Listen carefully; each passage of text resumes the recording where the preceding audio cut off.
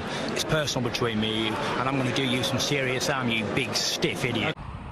The Untouchable True School Sports Empire proudly presents something the boxing game's been missing. Hey, what's going on? It's your boy BT, and I came here to talk some boxing with the thousands of True School Sports subscribers. All right, so I didn't really get a chance. I kind of mentioned this in my Anthony Joshua video that I dropped a couple days ago. Which, you know, by the way, if you're here from that video, shout out to you. You know, welcome to True School Sports, the home of boxing. The Untouchable True School Sports Empire welcomes all the boxing fans. You know, it doesn't matter who you're a fan of. We welcome fans of all fighters from all countries, and I love everybody. But listen, man, you know, a lot's been made of Anthony Joshua since he fought Jermaine Franklin, and I've heard a lot of people get mad at Eddie Hearn because Eddie Hearn's been coming out and saying that basically, you know, he should fight another tune-up fight, maybe like a Dillian White or something like that. And this has a lot of people frustrated because, you know, right now the whole world, I think, is truly out to get Anthony Joshua. And maybe at certain points of his career, maybe it was justified, but I don't think it's justified now. He just fought Usyk twice. He gave you guys, you know, two really good fights against, you know, a guy that you could argue is the best pound-for-pound fighter in the world. So if the guy wants to take two tune-up fights to work on his skill set, refine some things, then that's really his prerogative that I feel he's earned, right? But it's just funny, right? It's funny because I forgot who it was that said this, but whoever said that in my comment section, shout out to you. It's so funny because I like Tyson Fury, right? I actually like Tyson Fury more than AJ. I would actually consider myself, if I had to say who I was a bigger fan of, I'm probably a bigger Tyson Fury fan than I am an AJ fan. But I'm also fair, and I don't let my feelings towards a fighter influence what's reality and what's the truth, right? And I call it as I see it. So Tyson Fury, before he fought Wilder, you gotta remember, he hadn't boxed in God knows how long before he fought Wilder. But before he fought Wilder, he had two tune-up fights, right? So he fought Sefer Seferi, which was just an absolute shambolic opponent, right? He's over there, you know, picking him up, you know, kissing him on the cheek, and I think even on the lips, doing some real suspect stuff.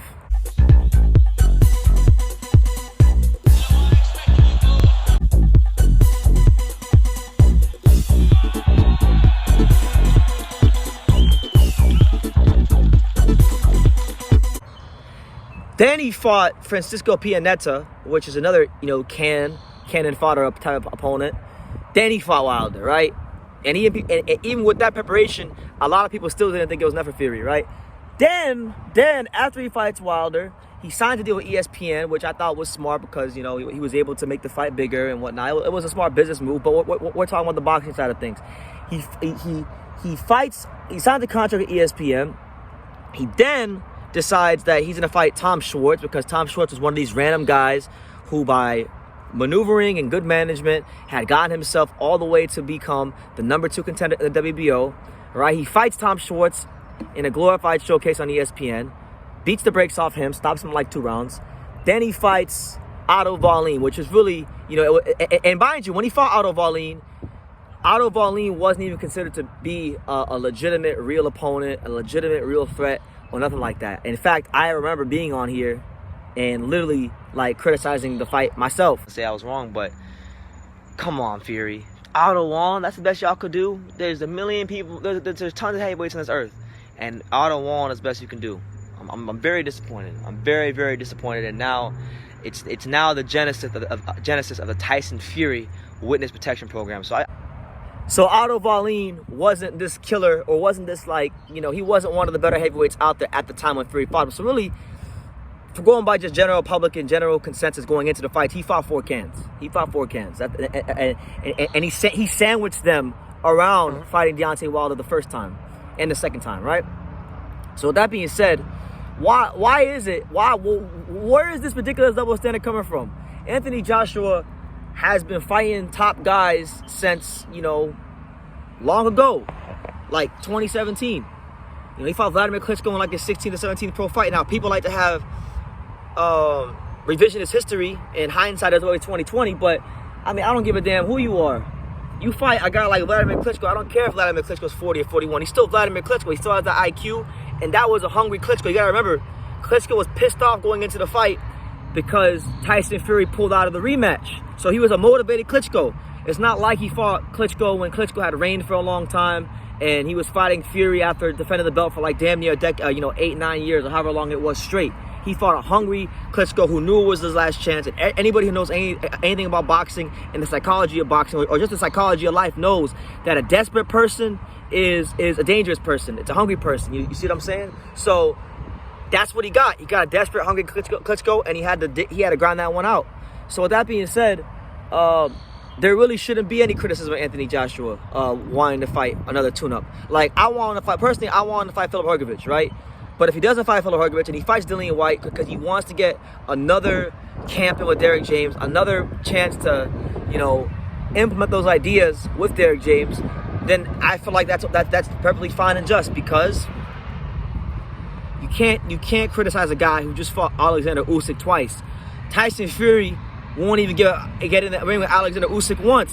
And I like Fury, but I call a spade a spade. He's on some serious, BS right now. And he needs to stop the games, stop the goalposts, stop all that stuff, and just go fight Usyk for the undisputed title. Because if he is who he says he is, he'll go in there and he'll fight Usyk. Otherwise, then you gotta give credence to some of what the Tyson Fury haters say. You actually have to give credence and some legitimacy to what some of the LDBC channels say. I don't agree with the LDBC channel for the most part. I think a lot of their hate is unjust. But you know what? If he's not out here fighting Usyk, maybe they got a bit of a point here. And I'm not one to let my feelings overrule things. I call things as they are. So yeah, Anthony Joshua deserves another tune-up. He deserves a chance to work on his skills. He deserves a chance to work on things with Derek James. Because I'll tell you this: if he goes in there and he fights another champion, like if he fights Fury or Usyk, or not Usyk, but let's say he fights Fury or Wilder and gets knocked the hell out, the same people that are saying that he shouldn't take a tune-up are the same ones that are going to say he should have taken the tune-up and he should have given it more time to work on things with Derek James, and that he wasn't ready. And why is he fighting these guys? Because those same people were the same ones that when he lost to Usyk said, oh, well, basically Anthony Joshua wasn't ready for Usyk and he shouldn't have fought him and it made no sense and he should have swerved them. So you can't win for trying. If that's the one thing I'm learning about Anthony Joshua is you can't win for trying. You can't be a people pleaser. You can't, can't please everybody. So at the end of the day, you gotta do what you feel is best for your career. And honestly, like, look, Anthony Joshua has done a lot for boxing. He doesn't really owe anybody anything as far as I'm concerned. So, well, let me know what you guys think in the comments down below. What do you guys think? You guys think Anthony Joshua deserves a tune-up, or do you guys think he's done? He's exposed. He's a bum. He's not gonna amount to anything in the heavyweight division. We've already seen the best of him. Let's see. Heavyweights historically generally tend to mature later. And he's not exactly old. Like, Anthony Joshua isn't exactly a grandpa or an old guy by heavyweight standards. He's 33 years old, which I think is a great age for heavyweight. The way I see it, I still think if his heart's still in the game and he's committed enough to give everything to himself in training, I truly believe Anthony Joshua's got maybe about 2 to 3 more years left at the top level. And that's just how I see it. But let me know what you guys think in the comments down below. Make sure you guys take the time to subscribe. And like I say in every single one of these videos, you can love me or you can hate me. But I'm just Kip Daniel. So until next time, take care. Thank you for watching another video on the untouchable True School Sports Empire. For more great boxing content just like this video, click right here and make sure you subscribe. Much love from sunny South Florida.